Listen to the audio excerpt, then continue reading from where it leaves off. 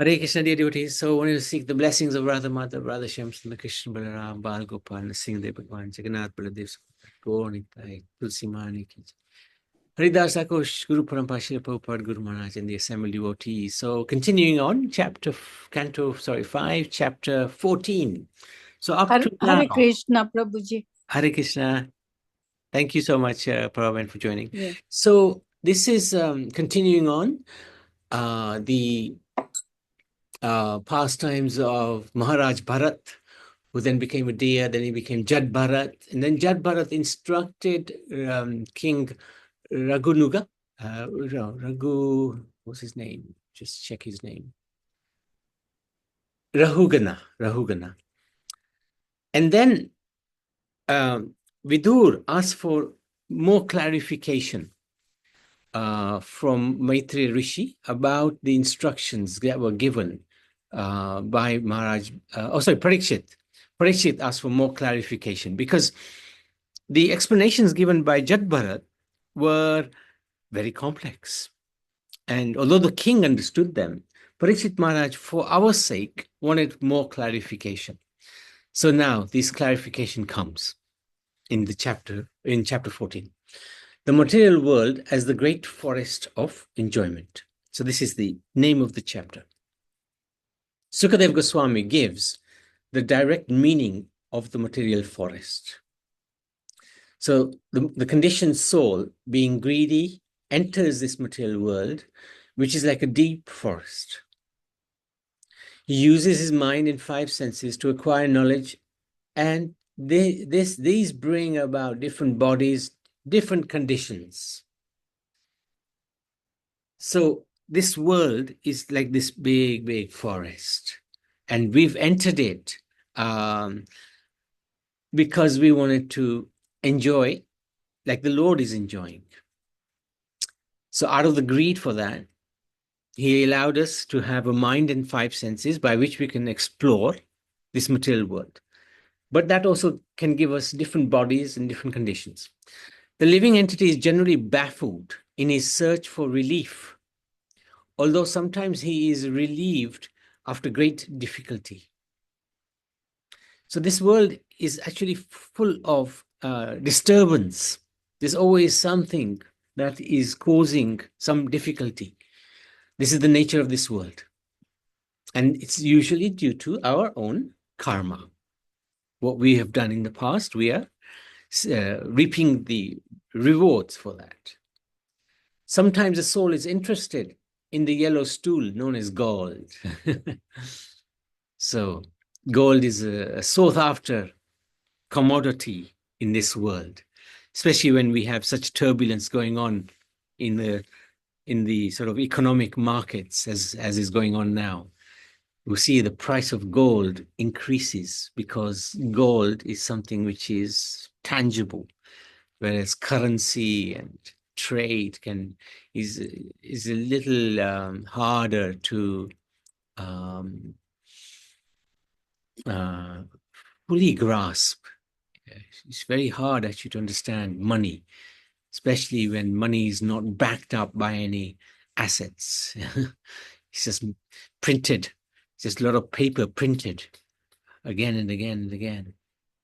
And we transact on that paper without any real substance behind it. So somehow the economics works, but it's a little hard to understand that. Anyway, so we run after this goal. The money he gains is actually meant for the execution of religious principles, but it is taken away by the plundering senses, as well as by family members who are compared to tigers and jackals. So we saw that comparison in the previous chapter about the forest, about the tigers and jackals. So these tigers and jackals are basically the senses. Our senses want enjoyment. So we will try to use our wealth to try to enjoy our senses, or our family members may come and help us spend our money. Again and again, he runs after material enjoyment, just as an animal runs after a mirage in the desert. So sometimes when one is in the desert, I mean, I haven't personally experienced this, but one becomes very thirsty and we begin to see things. Oh, there's a lake, there's an oasis. And we run after the oasis and you get there and there's nothing there. So this is the nature of this material world. We think happiness is just around the next corner. Just the next purchase that I make will give me happiness. But we know that's not true. Sometimes the conditioned soul receives cheap blessings from atheists. He then loses all intelligence in their association. This is like jumping in the shallow river. In this world, family life is exactly like a blazing fire in the forest, where one is burned by the fire of lamentation. So family life generally leads to lamentation. The reason being we have expectations from our family. And when those expectations are not met, we become disturbed, perhaps sad, angry, and we lament. Oh, I wish my son or my daughter was like this. I wish my father or mother were like this. So those expectations are not met. There is not the least happiness.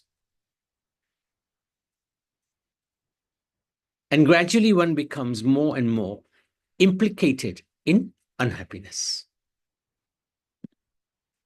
Especially if one is attached. If one is attached, that actually brings about a great deal of unhappiness. A person desiring to cross over the ritualistic ceremonies of household life feels pain, like the piercing of thorns and pebbles endured by attempting to climb the hill. Sometimes he becomes angry with his own family, sometimes bitten by snake-like enemies, sometimes followed by the python of sleep. Sometimes he has illicit sex. Thus, his suffering continues. So all of these things, the python, the snake-like, and snake was described, the thorns and the pebbles in the previous chapters. So now Sukadeva Goswami is giving the direct meanings of what all those things meant. He cannot keep his money, and thus it passes from one hand to another. Being unable to protect himself from the threefold miseries of material existence, the conditioned soul becomes very morose and lives a life of lamentation. Sometimes the conditioned soul takes shelter of vultures and buzzards, crows and herons, who are compared to cheating yogis and man-made gods.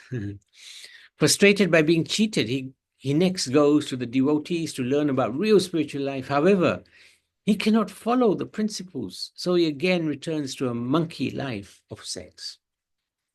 In this way, the descendants of the monkeys intermingle with each other, and they are generally known as Shudras. Just as a monkey jumps from one tree to another, the conditioned soul jumps from one body to another. That's an interesting example.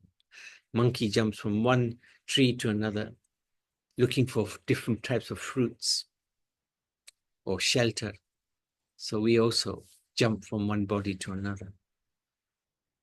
Being subjected to the threefold miseries and out of fear of the elephant of death, he falls into the darkness found in the mountain cave. When there is cheating in money transactions, friends become enemies. If one has no money, he may even steal from others. Sometimes even enemies get married, but they again get divorced. Without accepting the devotional path, one cannot get rid of the clutches of material existence. So this is our safe haven. This is our safe haven. Bhakti, taking shelter of the devotees, taking shelter of the Lord, hearing, chanting, taking prasad.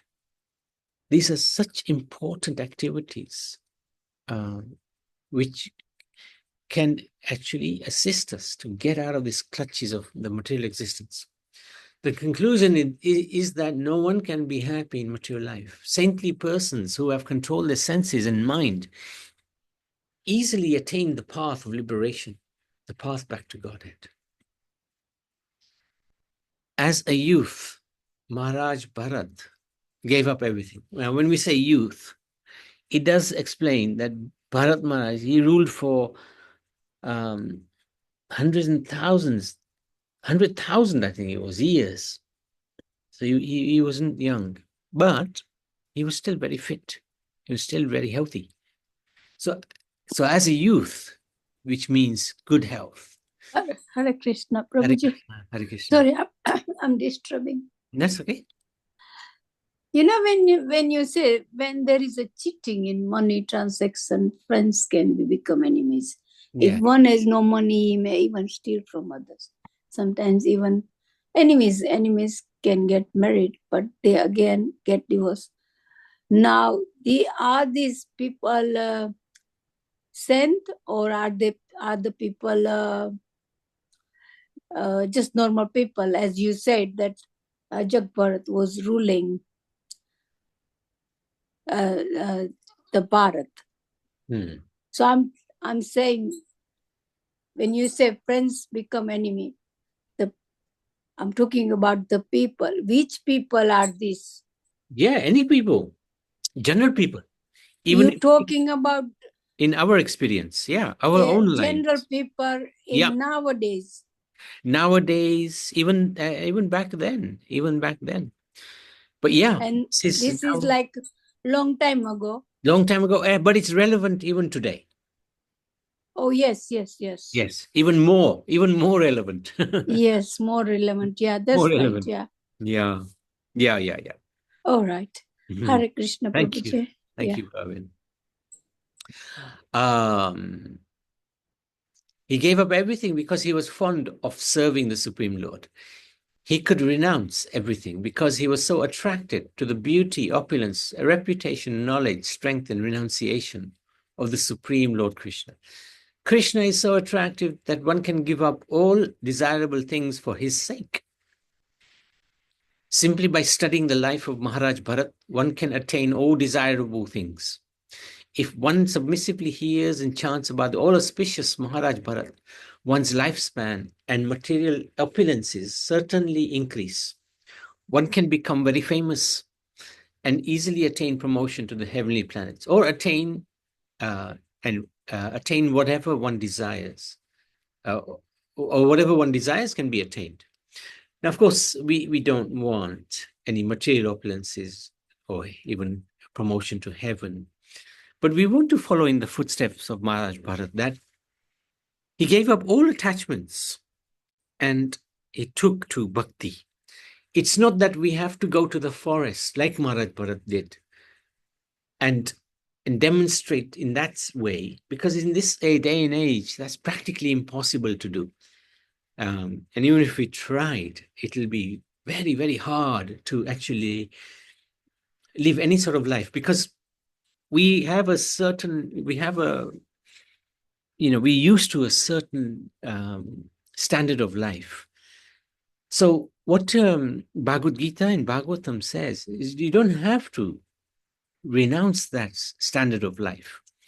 But what you have to do is stop the attachment to that standard of life, which is not easy, of course. But the idea is to engage in bhakti in whatever position we are in currently. So we add Krishna to our life. We add devotional seva to our life. Continue what we're doing, but just add the Lord into our life, and that will transform our life. So now this is, again, exactly what's been the story that was told, the allegorical story of the merchant as told by Jadbharat to King Rahugana, and then the explanation. So it's worth going through this because it just helps us understand a little bit more what this world is like, and if we can understand what this world is like, we know what to expect. And we don't, we don't put all of our dependency in this world. Otherwise, we just become completely taken away by the waves of material desires that enter our hearts. So let's have a look at this. A merchant enters the forest to acquire goods in order to sell them for a profit, but he can't find happiness. So that's our situation. The conditioned soul enters the material world for happiness. There he becomes conditioned by Maya in different types of bodies. He remains baffled in his search for relief, and he struggles for existence without the shelter of pure devotees. So we need to find these devotees. 6 plunderers plunder the misguided merchant. One may earn some money for the advancement of Krishna consciousness, but the uncontrolled senses, so that's the 5 senses, and the mind, so that's the 6 plunderers, oblige him to spend it for self-gratification. Jackals plunder the inattentive merchant. The family members of the miserly man take away his wealth, although he tries to guard it. There are dense bowers composed of thickets of bushes, grasses, creepers. So the Grahastha ashram is a field of fruitive activities. So we're living in a household ashram. Married life is full of different types of obstacles. Unless the desire to enjoy family life is completely burnt up, it returns and again, like weeds amongst crops. So when we go through this family life, if it's difficult, that's good news for us. I know this sounds a little callous, but if we're having a difficult time in our family life, that's a blessing of the Lord. If we have a great time, we're enjoying, then we may not take bhakti or Krishna consciousness seriously because we're enjoying. But if we're having a tough time, we'll be looking for happiness in different places, and bhakti will be one of those places. In these burrows, he always is served by biting mosquitoes. He's bitten. He's afflicted by low-class man who like biting mosquitoes and who are like biting mosquitoes and by thieves who are like locusts, vultures, and rats. Sometimes you see an imaginary palace, Gandharva Pura. The mind's false vision, because his mind is observed in lusty, fruitive activities, he sees the material world as permanent, where he drinks, eats, and has sex. Being overly attached, he chases after sense objects, just as a deer chases a mirage in the desert. Sometimes he's bewildered by seeing a glowing ghost which looks like a meteor. The living entity desires gold and runs after it. Gold is a source of material opulence and envy. People in the mode of passion are attracted to it. His intelligence is victimized by home, wealth, relatives, and so forth. He went from one place to another in search of success. So what's that mean? He's absorbed in finding residential quarters, water, riches to maintain his body. Thus he forgets everything and perpetually runs around in the forest of material existence. So we're always trying to increase our material wealth, improve our living conditions. So that can be sometimes a little dangerous. If that is the only goal in our life, it's very dangerous. Sometimes his eyes are covered by dust of a whirlwind. Thus blinded, he cannot see where to go, what he's doing. So he sees the beauty of the opposite sex and becomes blind with lusty desires, disobeying the rules of governing sex life. He does not know that his disobedience is witnessed by different demigods and punishment is awaiting in the future. To acquire water, he runs after a mirage. Sometimes he appreciates the futility of sense enjoyment, but due to bodily conception, he forgets and again runs after material enjoyment. Sometimes his heart is pained by hearing the sounds of owls and invisible crickets. He is aggrieved by chastisement of his enemies and government servants who use harsh words. At that time, his heart and ears become very saddened. Sometimes it takes shelter of impious trees that have no fruits or flowers. When his pious credit are finished, he takes shelter of wealthy men, the living dead who cannot help him in this life or the next. Mm.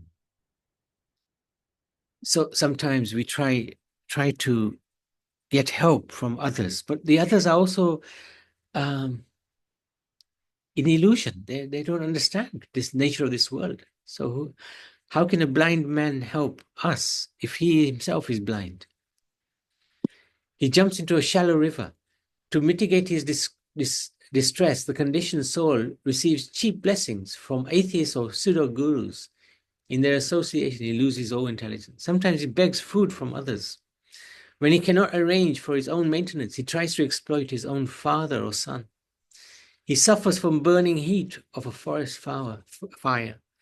Family life has nothing favorable for perpetual happiness. He's burned by the fire of lamentation and condemns himself as being unfortunate and impious. He becomes sad because his wealth is plundered by yakshas. Government officials turn against him and take away all his wealth. Thus, he loses all enthusiasm and appears without symptoms of life. Sometimes he imagines a palatial city. He enters it with his family, enjoys for a moment as he is fully satisfied. Sometimes he dreams that his dead father or grandfather has come back. Thus, he feels happy. Wow, it's a lot. Okay. Sometimes he wants to climb mountains, but his feet become pierced by thorns. So what's that all about? In household life, one is ordered to execute many yajnas, like the marriage ceremony. They are very extensive and troublesome to execute. We have so many things. Every week there'll be some sort of social engagement to go to. That actually destroys our lifespan. We're so engaged in different family events, community events. Sure. Overwhelmed with hunger, he becomes angry at his family members. Due to bodily hunger and thirst, the conditioned soul becomes impatient and angry with his own sons and daughters and wife. The merchant is swallowed by a python and loses consciousness. In sleep, people remain in the darkness of ignorance and cannot understand what is going on. Sometimes poisonous snakes bite him. Sometimes he blindly falls into a dark well of hellish life. Through the tricks of envious enemies, he falls from his prestigious position, unable to sleep properly, and loses his intelligence. He is troubled at heart. He goes to take honey from a beehive, but the bees are attacking. Attracted by little happiness, he has illicit sex or steals others' property. Then he's arrested by the government or chastised by the woman's husband. The wise therefore condemn the materialistic path, as it is a source of misery. Sometimes he finally obtains a little honey, but then it is taken by someone else. So what does that mean? He steals money, escapes prison, punishment, but then another man cheats him and takes his money. In this way, the money never stays in one place and always remains the property of the Lord. He takes shelter of creepers and desires to hear the chirping of birds in those creepers. The Lord's weapons, the Hari Chakra of the wheel of time, expands from the atomic time to the lifetime of Brahma, exhausting the lives of everyone. Fearing the approach of death, he wants to worship someone who can save him from danger. Not caring for the Lord, he takes shelter of impostors or man-made gods who cannot save him. Being cheated by cranes, he comes to the association of swans, but out of misfortune, he cannot follow them or give up their company for for the company of monkeys. Saintly persons who are friends to all living entities have a peaceful consciousness, control senses and mind. They easily attain path of liberation. But if an unfortunate materialist person cannot associate with them, this is a problem. This is the problem. Being cheated by cranes, he comes to the association of swans.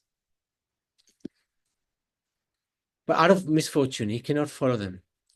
Cheated by the pseudo swamis, yogis, incarnations. So many false swamis out there. So many incarnations. He takes shelter of the Brahmins who teach him how to worship the Lord.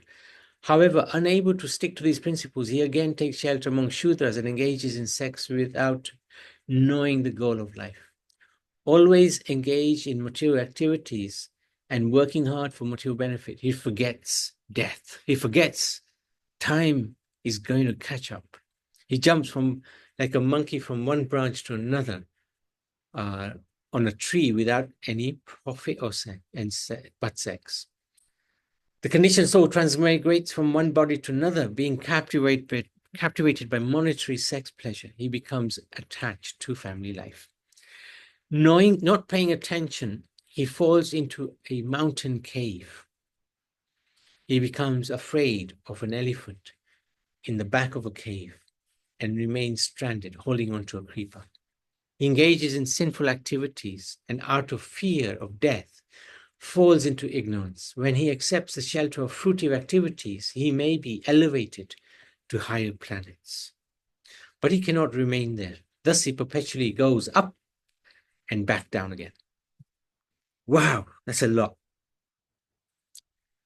So that's a very, very interesting analysis of this world that we are trapped in. Any questions? Any comments? It's quite a lot that we've gone through. Hare Krishna, Prabhuji. Hare Krishna. Yeah, that is quite frightening, but that is a reality, isn't it? That's a reality. We think, I think most of the people think that whatever situation they are in, it's a permanent situation. No one thinks of the death or the miseries, even in the miseries. They don't think that this life is temporary and it has to end at some stage. That is the common conception. Correct. So, and it's our senses and including the mind that is keeping us trapped here. We are sort of wanting to go find happiness, but we can't. It's such a realistic picture here. It is. And it's a bit hard to, at times, grasp everything. But Correct. I think that's a true vision, actually. Correct. You're spot on. Spot on. We don't appreciate how quickly time can just pass by. Before you know it, the knock of death is on our door, Yeah, you're spot on. What is that? Is it? I don't understand. Is it? Should we have been told this culture that this life is temporary right from when we are young, and it should be in our curriculum and it's each step, isn't it? Because nobody knows it. It's not. I think this is unreal when we tell them. Correct. You're spot on. This Sanatana Dharma actually is meant to be given to us from a very young age. Like Rishabdev, he instructed his sons from the beginning of their, arriving in this world. And if you look at all the great saints like Parikshit, greater kings and saints, great personalities. Prahlad Maharaj. Yeah, you got it. Dhruv. Yeah, from the very beginning. And yes, that is the theme of Bhagavatam, actually. From the very beginning, we have to try to learn this and then share it with others from a young age. Correct. You're spot on. Yeah. But, our culture, especially perhaps in the Bharatiya tradition, we want our children to succeed materially. They should become professionals. They should have nice wife, nice house, nice everything, money, this. We actually spoil them. We forget that actually, hang on, you're supposed to learn about Sanatana Dharma. And it's a real shame. It's a real shame. Because we've got such a rich culture to give, you know. And here, in the Western countries, it's very materialistic life. And the youngsters born and brought up here, they Yeah. think this is what it is, and they have to enjoy it. They have to go through it. Unless you are in a sort of devotee family, that's a different story. Yeah. That's correct. Yeah. Thank you, Prabhuji, sir. Oh, thank you, Nanivan. You understood it well. Thank you so much. Anybody else? Anything else? Yes, Yes, I Bobby. believe what Mataji said, Yeah. that it should be from our young age. Mm. You know, I mean, and reading this culture, reading this old knowledge about Bhagavad now, I always think I wish I knew this from a long time ago. It's true, but the beauty of this is at any age, this is relevant. Yeah. But children grown in this country, like both of themselves, it's hard to make them believe it. Yeah, that's true. That's true. It is not easy. Not easy. Even if you say you believe in God, they will just say, yeah, where is God? I'm going to do what I want to do. Correct. And you can't push anyone. No, you can't force. And even Krishna doesn't force. But the beauty of Sanatana Dharma, it is so rich. It is so interesting. Yeah. You have to, of course, have some time, to learn about it. But anything that is worthy of doing, you need to invest time in it, you know. As Mataji said, only if you're born in a spiritual family, then it's different. But some family, even grandfather, grandmother doesn't know about like Bhagavatam. Yeah. So it's not going to be easy to teach them own children. Yeah, that's true. And I have known families like that. Yeah. So sometimes if you talk about Bhagavad Gita or anything, they will just say, it's rubbish. Yeah. And then you just think, you're best not to talk. Yeah, they think you're old-fashioned. You're living in the past. Yes, you are right, 100%. But they don't realize this is actually timeless knowledge. You know, it's so relevant. As you asked before, you know, is this now or is it before? It is as relevant now as it was before, if not more relevant. Yeah. More relevant, yeah. Thank you, Hare Krishna, Prabhuji. And I yesterday I missed it. Unfortunately, I wanted to go out. I didn't go out, and then I had some headaches. So I just fall asleep on the sofa, and when I woke up, it was already 5:30. You needed the rest. That's okay. You needed the rest. I missed it, but in the morning I heard again. Okay. I did pick up, and you yesterday's was very good. You said something about this. Whatever you eat, you become like that. And I just remember the last year we did the same. Yeah, we did the same subject. Yeah, true. So try not to eat anything. Just non-food is no good. Yeah. Thank you. Yes. Hare Krishna. Priyanjali? You know when we come from the spiritual world to the material world, are there some people who did not come to the material world from the spiritual world? Oh, yes. Most souls always live in the spiritual world. Always. They never come to this world. They always live in the spiritual world. Only those who are a little diseased. We've got a little disease, which is that we want to forget God.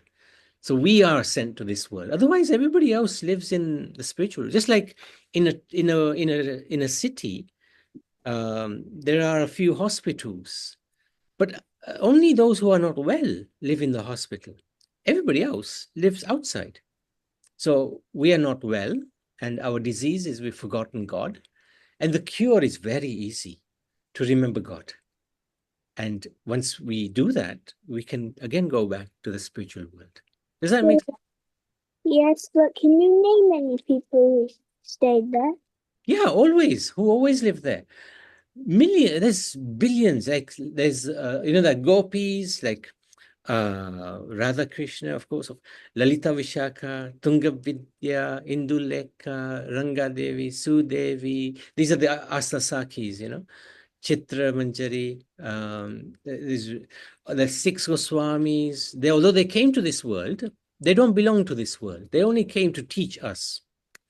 So there are many who can come to this world, who come to this world on the order of God, but they actually belong in the spiritual world. They only come here to teach us. Prabhupada is one of them. Prabhupada is one of the greatest devotees that has ever lived. Ever lived. So he doesn't belong to this world. He came just to teach us. Does that make sense? Yes, Prabhuji. And I'm so happy with you and Rianch, because from such a young age, you're showing such good interest in spiritual knowledge. And you ask so many nice questions as well. So I'm very pleased with you. Keep it up, huh? Always have lots of questions and always be very interested as you are, Thank you very much, Priyanjali. And thank you, Rianch, as well. Okay, so if there's nothing else, we can stop there. Srimad Bhagavatam ki jai.